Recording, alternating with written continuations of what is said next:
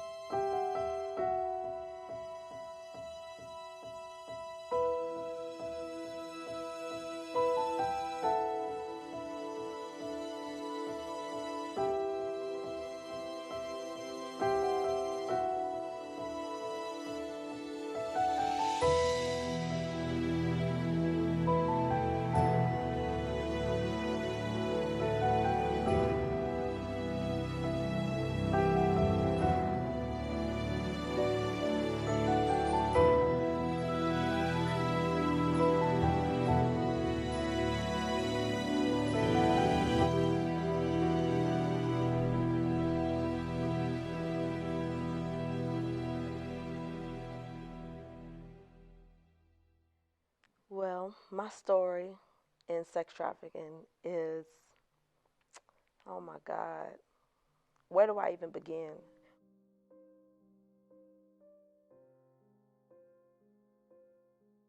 even even being a student here at University of Houston downtown, I was positioning myself to break away from my trafficker and really just trying to find that strength and that empowerment and the mobility to move forward.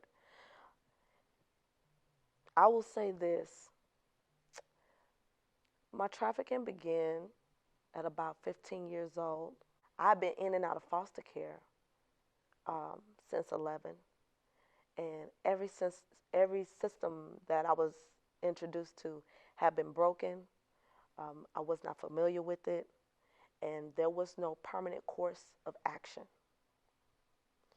So at 14, when I was out of foster care, um, after not having an attorney, which a child's attorney is an ad litem, um, going before a judge, um, increasing my responsibility of having to understand what emancipation was, to be divorced from my own mother, and trying to understand biblical principles and commandments of to honor your mother and your father, I immediately declined this offer, only to go back home to be judged harshly because I was able to make a decision in, our family courts about me being emancipated. And when I got home, I was punished for that decision because there was a check involved. And even today, a lot of our kids suffer with the idea of, if I can get a check for this or if I can get a check for that. Everything was about a check. And hearing that often, I did not realize that I was rehearsing my vulnerabilities into human trafficking.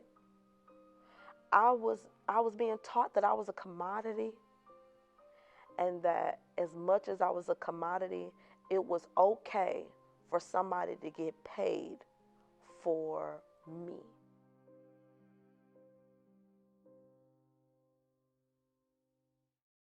Literally 9 months after being home, my grandmother passed away from breast cancer. And my family, because they couldn't get a check for me, made a decision, a very unhealthy decision, to leave me. And I was living in an abandoned apartment for months until the housing authorities came to remove me from the property.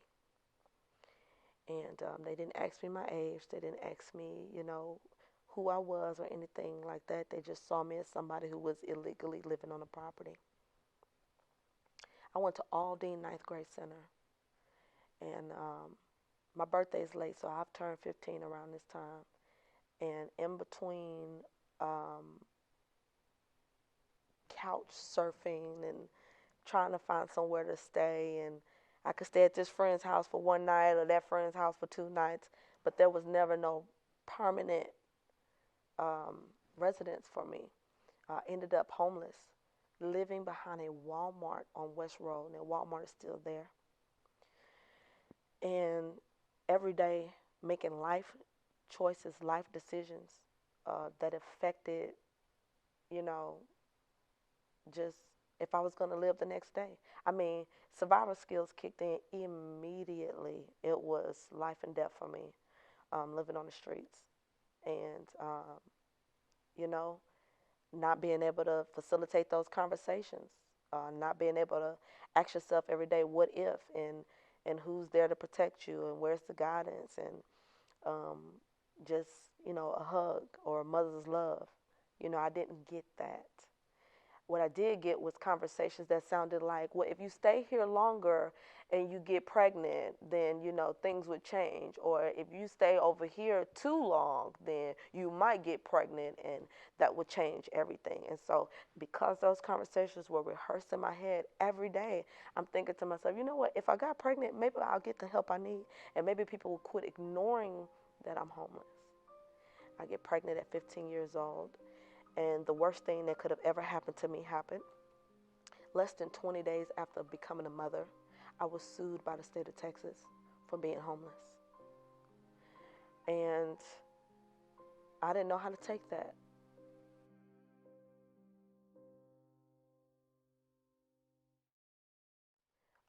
But I did know that the type of mother that I was going to be was not like the mother that my mom was to me or her mom was to her, because human trafficking has a lot to do with generational um, boundaries being misappropriated. I'm going to say that because we hear generational curses a lot, but generational boundaries being misappropriated.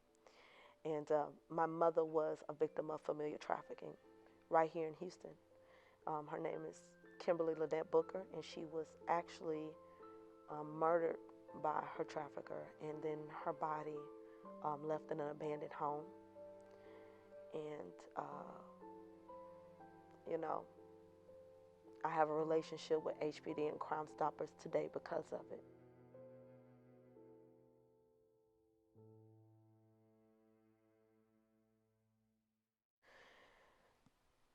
But back to Nissi's story, you know, I remember going back and forth to court thinking to myself, there's no way I can meet the demands and the requirements of this judge. I mean, I had to get a GED, I had to find somewhere to stay, to commit myself to being, stable for my kid. I had to have a job, and I didn't have to show proof that I had an income, but I had to show proof of a bank account that showed me putting, regular deposits in it in order to keep my kid. That was my requirement given to me by the judge. And I remember my church getting involved, and somebody from the church said, hey, you should hook up with such and such, maybe they could help you. And it was another young lady, we were around the same age. And I remember going to her to talk to her about my situation. And she came to me and she said, well, um, I'm 18. I work at a strip club. And I would thought to myself, you work at a strip club doing what? And she was like, no, it's not what you think. I just waitress. And she was like, it's really cool. And you can make the money that you need to make so you can get your kid back. And so she was living there with her boyfriend. And, I thought nothing of it. And she said, well, look, you can use my ID to go work at another strip club so that you can get the money that you need. And I thought, oh man, if I can do this for a little while, at least for 6 months, then maybe, I can get the judge off my back and things will go back to being, normal for me. I can, you know, get my kid and, get some stability and stuff. And I, I just thought, it's going to work, it's going to work, it's going to work.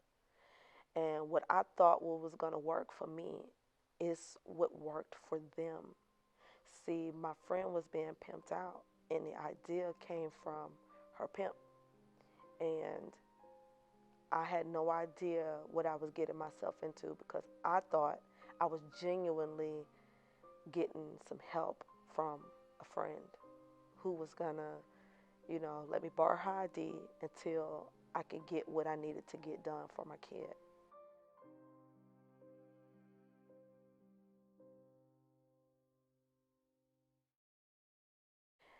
I was told that after only making $75 a night, that's about roughly what I would make as a waitress because when you're waitressing inside the strip club, there's several ways to make your money. But typically, if you've never been introduced to the hospitality industry and you really don't know how, the tipping works or just that, you know, uh, making relationships with the customers, being familiar with customers and things like that, what you end up doing is overcharging for drinks so that you can get the extra money back from the drink and you can get the tip as well. And so typically, when you don't know what you're doing, that's what you end up doing. But the part two of making money as a waitress in a strip club is you make friends with the strippers because the strippers is where your money's going to come from. When they got their VIP or their best clients are coming into town and they're back there in their VIP room, basically that's where all the sexual activity and the illegal activity and the drugs and everything else you could think of is happening. And you, as the waitress, it's your job to protect their interests and the person that they're with. And so you get paid extra for protecting that stripper or for protecting that particular customer. So you would tell them if there was going to be a raid, you would tell them if the manager was coming, you would tell them if security was coming in to check on the girls inside the VIP room to prevent any type of exposure to whatever debauchery was going on inside the VIP room. And um, I didn't even get a chance to make it that far. But these are just the systems. These are just the politics that governs the strip club when you're working as a waitress inside the industry. And I remember thinking to myself, $75 a night isn't too shabby. It's pretty decent. Maybe I can beef it up if I'm friends with one of the strippers and things like that. And so I did kind of become friends with the strippers so that I could get them to get their clients and I could make more money up until my friend's boyfriend tells me that as he's babysitting my kid that I can't get my kid back until I give him $200 a night. And so I look over at my friend and I'm like, hey, did you, like, can you negotiate this for me? Like, what's happening? And, you know, in that very instance, I realized they were both in on the deal. I'm being pimped out. I'm not going to get my kid back if I don't get this $200 a night. And this was my first time ever just seeing trafficking at this extent. And there's two types of trafficking. There's labor trafficking and then there's sex trafficking. So when people say human trafficking, there are two types, labor and sex. At this point, no sex is involved. I'm still being trafficked. This is labor trafficking.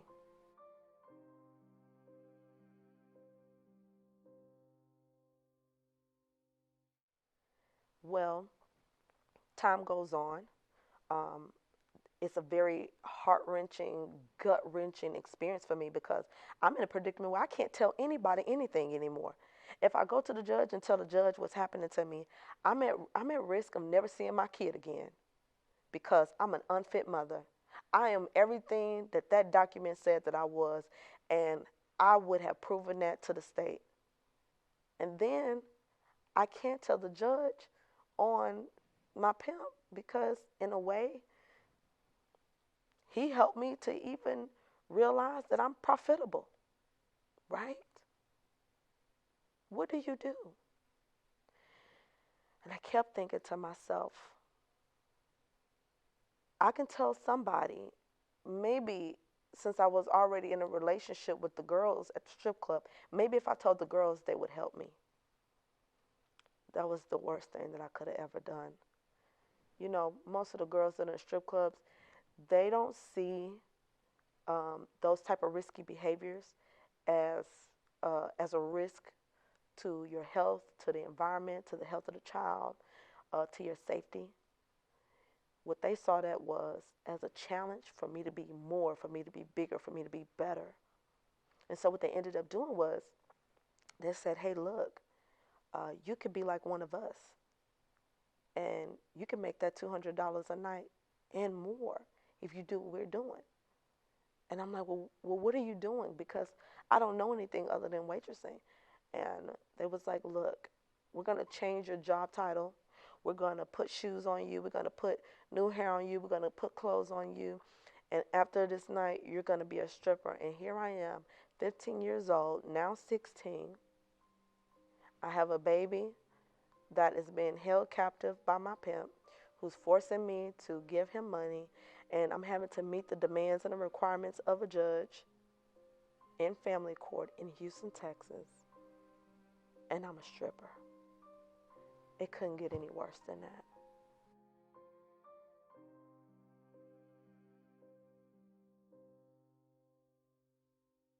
I mean, how was I ever going to break free?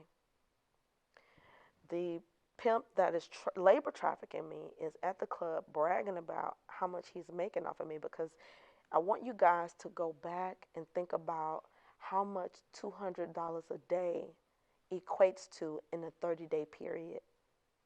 What that looks like, how much money is that? So we're talking about over $6,000 here that this guy is making off of me, because I have a conundrum. I'm stuck between a hard rock and a hard place. There's no way I'm getting out of this.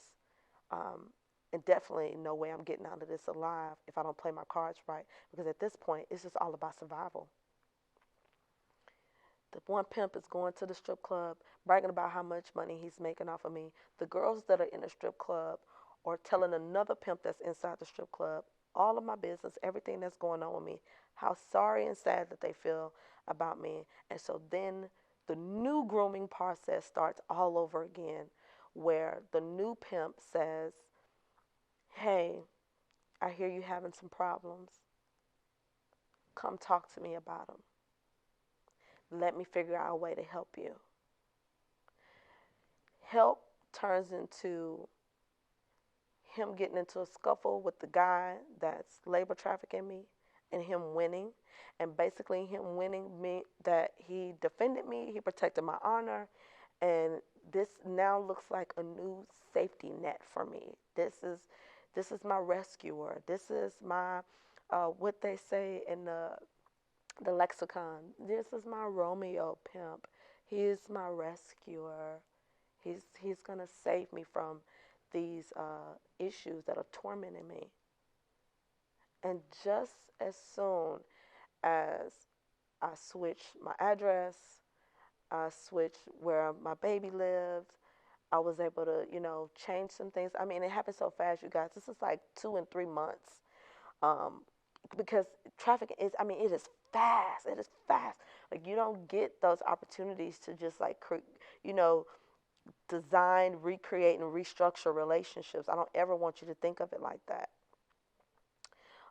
This was a lot of barrier testing and erosion that was happening. And he gets me in and he's getting my nails done for me, but I don't have to work. He's getting my hair done for me. I don't have to work. He's helping me take care of my kid, but I don't have to work. I have a roof over my head, but I don't have to work. I don't have to do anything. And I'm at a place where I'm thinking to myself, I finally have peace. I finally can take a rest. I can have a break. There's hope at the end of this tunnel. And sure enough, the barrier testing and erosion kicks in. And barrier testing and erosion is when someone will pull you into a relationship and make you think that you are honestly in a relationship with them up until the erosion where they betray you, right? And what happens in relationships with women in betrayal? They think that they can help the situation, or they think that they can help the person in the situation, right? And so I'm 16. I don't have, good relationship skills.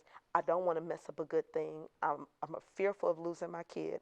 I'm still stuck in a bad situation, and I don't want to lose hope about the possibilities of this ending in a good place. And my new pimp tells me, listen, I'm running out of money for your hair.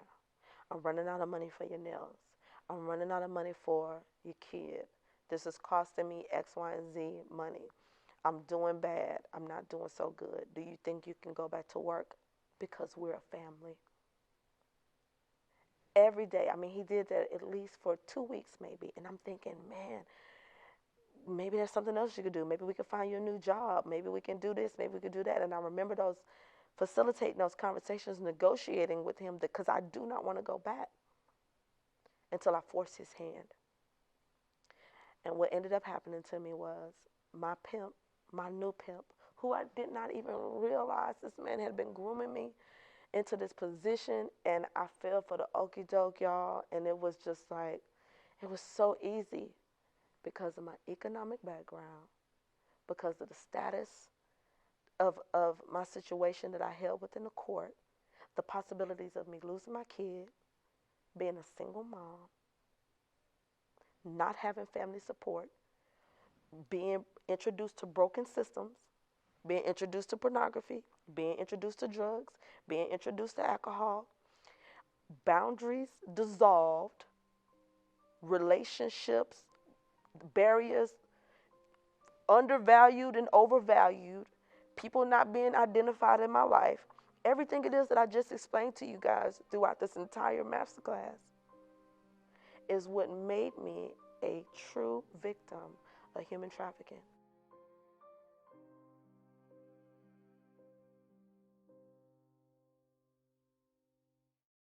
This man takes me, puts me in his car. I'm thinking we're going out to dinner. I'm dressed up. And lo and behold, he pulls into a driveway that's connected to a hotel, gives me a hotel key. He has a gun, and he tells me, if you don't come out with my money, that's your life.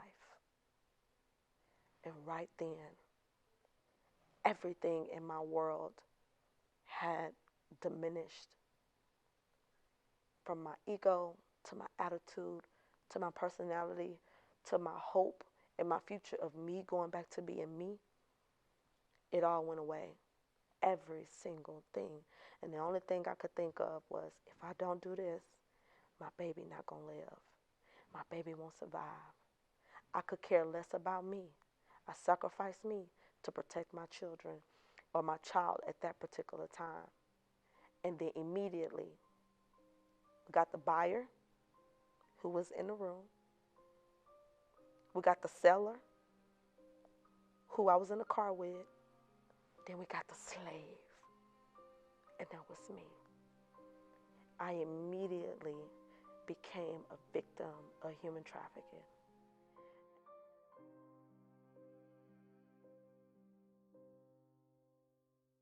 And so as this resulted in me forcefully, having to sleep with different men night after night after night, I end up getting pregnant again while the court case is going on. And so now I'm 16 with 2 children. The state of Texas was nice enough to recognize my pimp because he went to court with me, recognize my address because it was his address. And then I became the first case in the state of Texas where I was sued for child support by the man that was trafficking me. And this is why we know the Nissi Hamilton story. So how do we address that today? How do we address human trafficking when our advertisements don't show it and our billboards don't show it? When you go to the airport at Bush or Hobby, there are no human trafficking signs, no posters anywhere. So you have to understand why this fight is so personal to me.